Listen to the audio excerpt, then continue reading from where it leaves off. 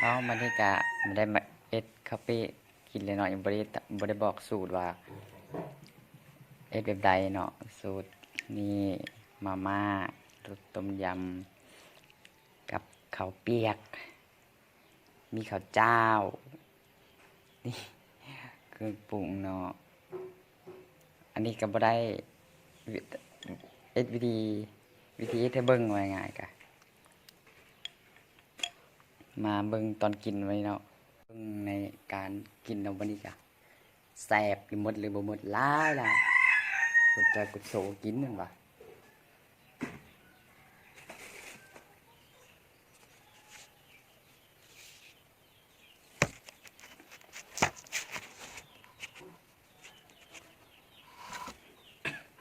มันโอ้ไก่จอยเนาะบ่เห็นโทยเนาะโทยเนาะอยู่กับยา2 คน บอกเพิ่ง บ่ได้เว้าไปเลย ผู้ชายหรือว่าผู้หญิง โอ้บ่มีบอลตั้งกองบ่มีคากองเนาะอันนี้ จะ ก็ เอาเนาะ จะไกล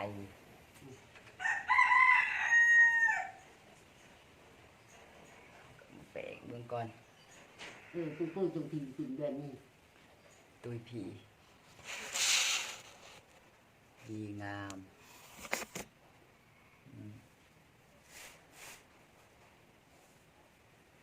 โอ้ยบ่ได้เอามันบ่คนบ่สบายเนาะอาหารกินเนี่ยมีแต่พักอันนี้ก็ได้ชิมแต่ละมื้อกินแต่พักเป็นกระเพาะแน่แม่งแน่ไข่ใส่ไข่ปกหน้ามีไข่เขา เอามึง ผัก มีผักนอกผักกาดผักสไลด์ผักสลัดมากมะละเมียงเมิดบ่มีหาใส่ก็บ่มีผักบุ้งแน่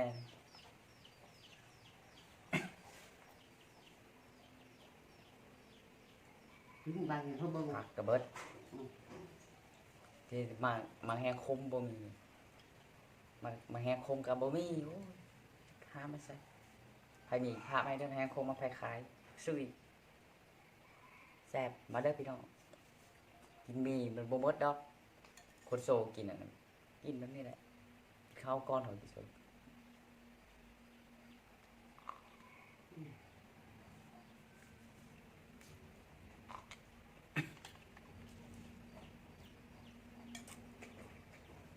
คือเพื่อความรู้รอด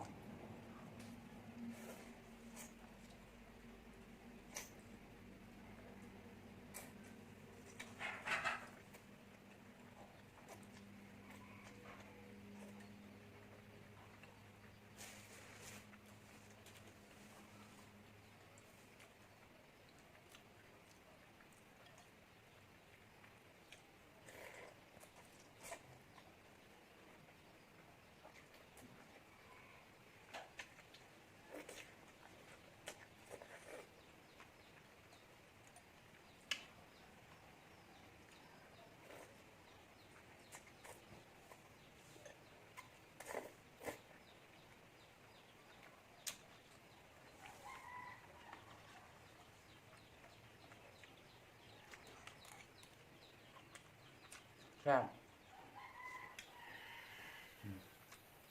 ข้าวเจ้าก็เลยคลิปใหม่บ่เป็นวิธีจักเกี่ยวบ่มีไผสอนลงเองมือเอง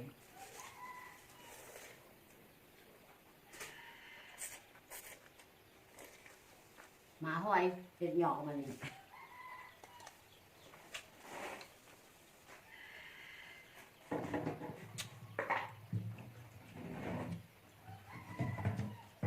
นึกไม่ครับ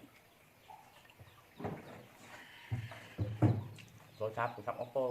กล้องเองไม่มีแจ้งอ่ะ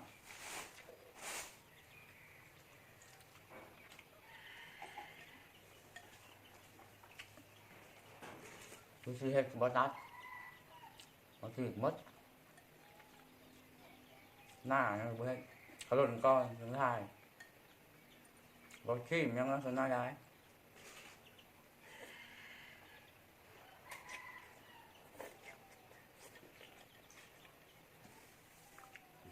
เป็นกำลังใจให้คนโชว์นะเนาะแล้วคลิปมีเงินตัวแรกกูแชร์ให้มึงเพื่อชาร์จตัวเองให้มันดีโชว์อยู่จอยจะกินข้าวกินน้ำได้เป็นมาที่5 ปี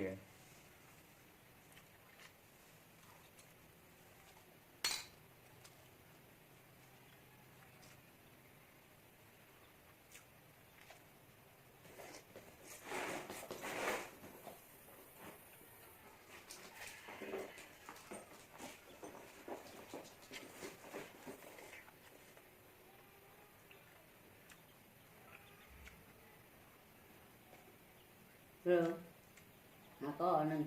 ta sự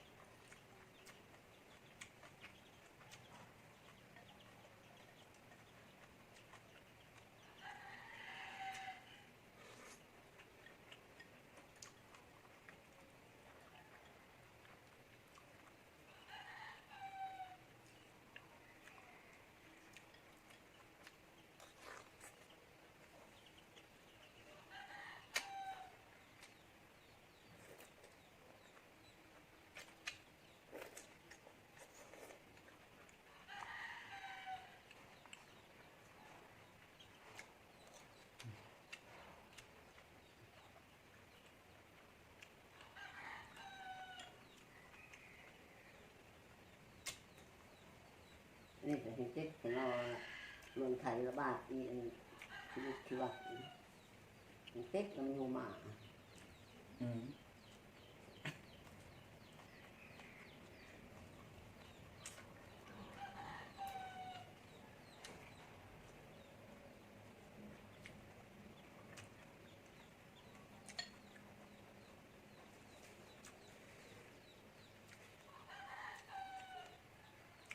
เขาควรขนส่งมา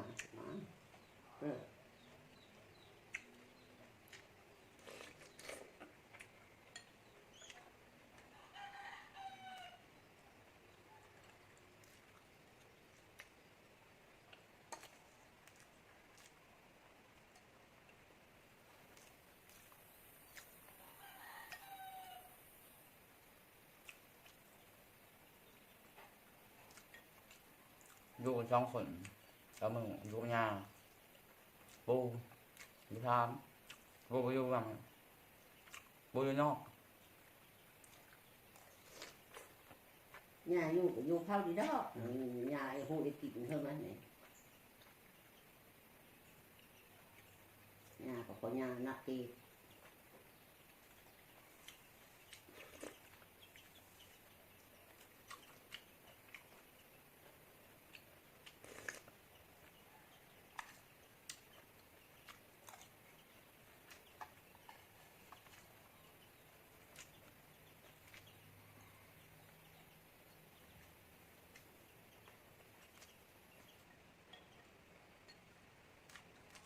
แซ่บ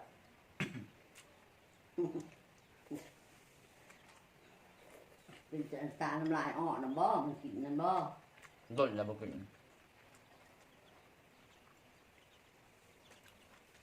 แบบนี้จักเคยปี4 5 6 7 ปี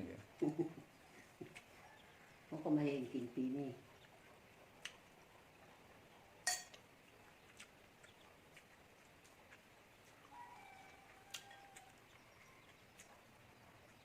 ครับข้างนอกลิฟต์ยังบ่ได้คือบ่ได้มันใส่บ่ดี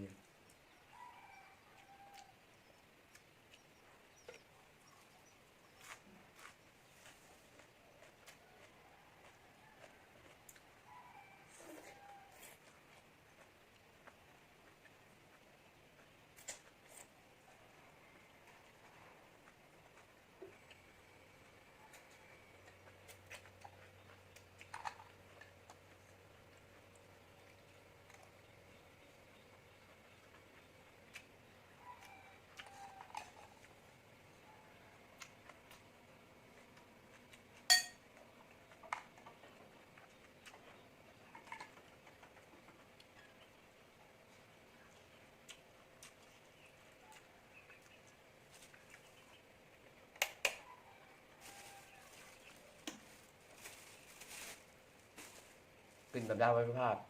ว่าอะไรนะเพราะว่าโดนบ่กินแล้วหิวแห้ง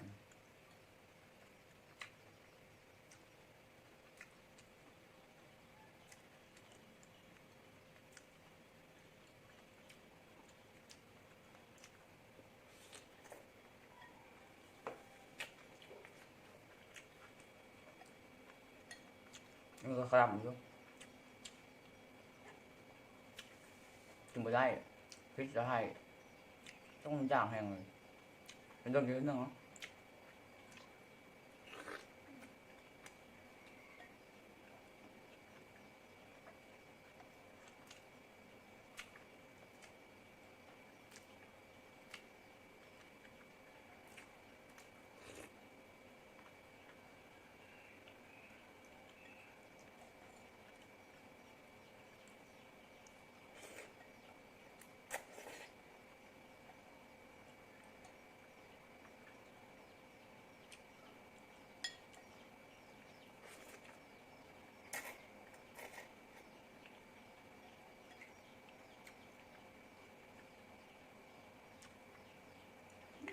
ข้าวก็หมดอ่ะ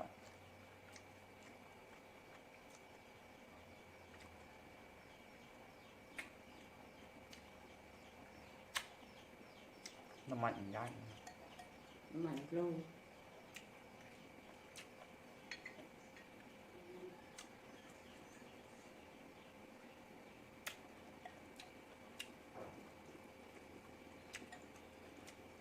เก่งกินบ่แซ่บ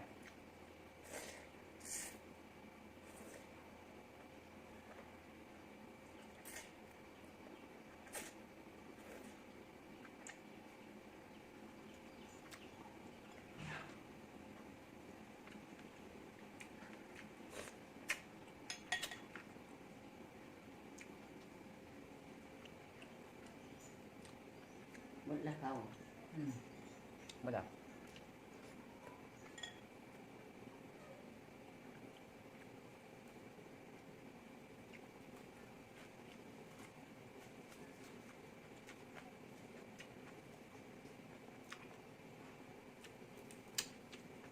กับเผ็ดแซ่บ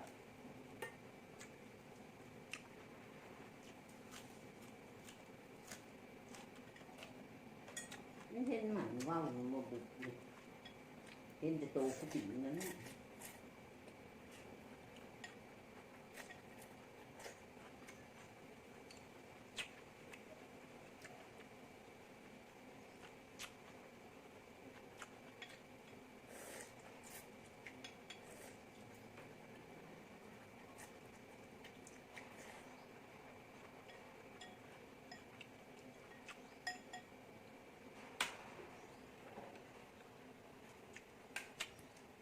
มันเย็นน้ำซุปใส่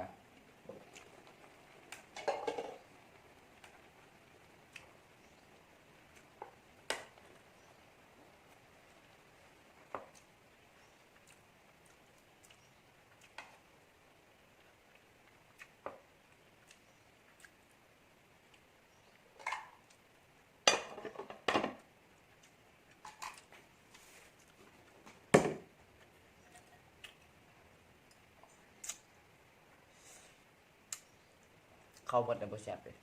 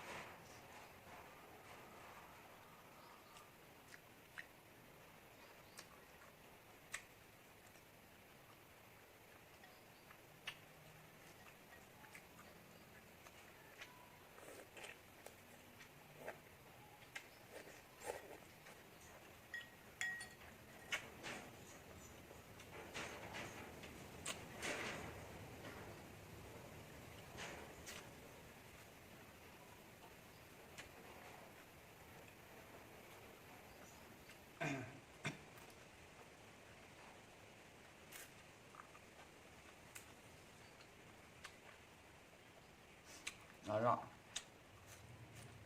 หนูอิ่มแล้วยังเหลืออยู่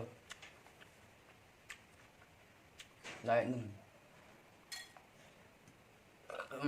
โรคให้นำ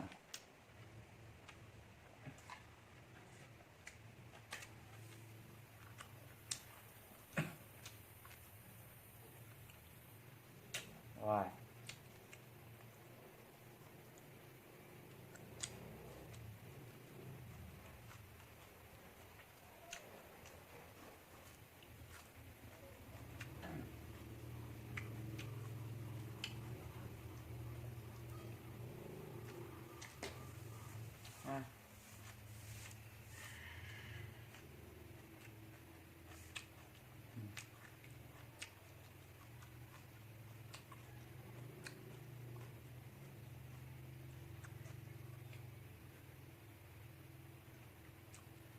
นั่งเคี่ยวชิ้นให้มันแรงเคี่ยวแรงมันสั่นตัวบดี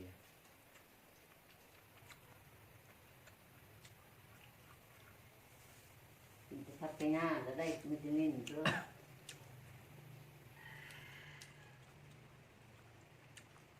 พี่พามากินแต่พักวิชีวิกุ้งเมีย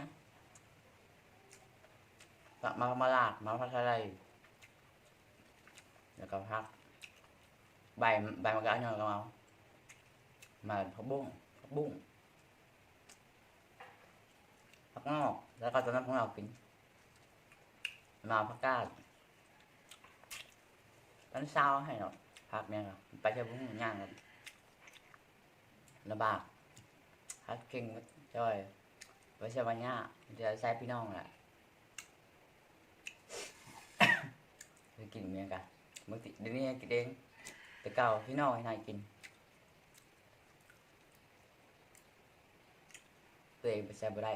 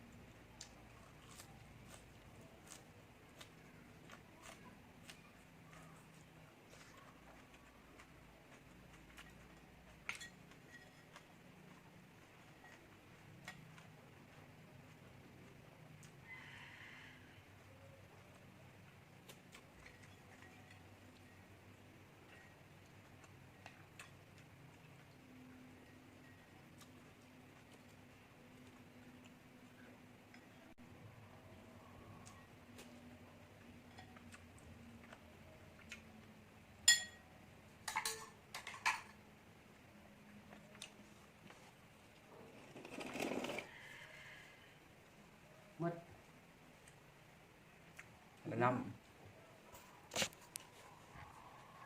เอาไปพี่น้องคือมีกะงั้นบุจบเพิ่นนี่อ่ะเอาไม่ได้กินบัตรเรายังอยู่เนาะยังเหลืออยู่มีแต่ซีนน้ำมันก็สดได้กับที่สดดอกแต่ว่าน้ำชั้นนี่บ่พอจนแห้งสดถ้วย เอาคลิปนี้ก็จบตัวนี้เนาะขอขอบใจฝากกดไลค์กดติดตามเนาะแฟนเพจโดยแสกดไลค์ติดตามเป็นกำลังใจให้นะเป็นคลิปใหม่คลิปหน้า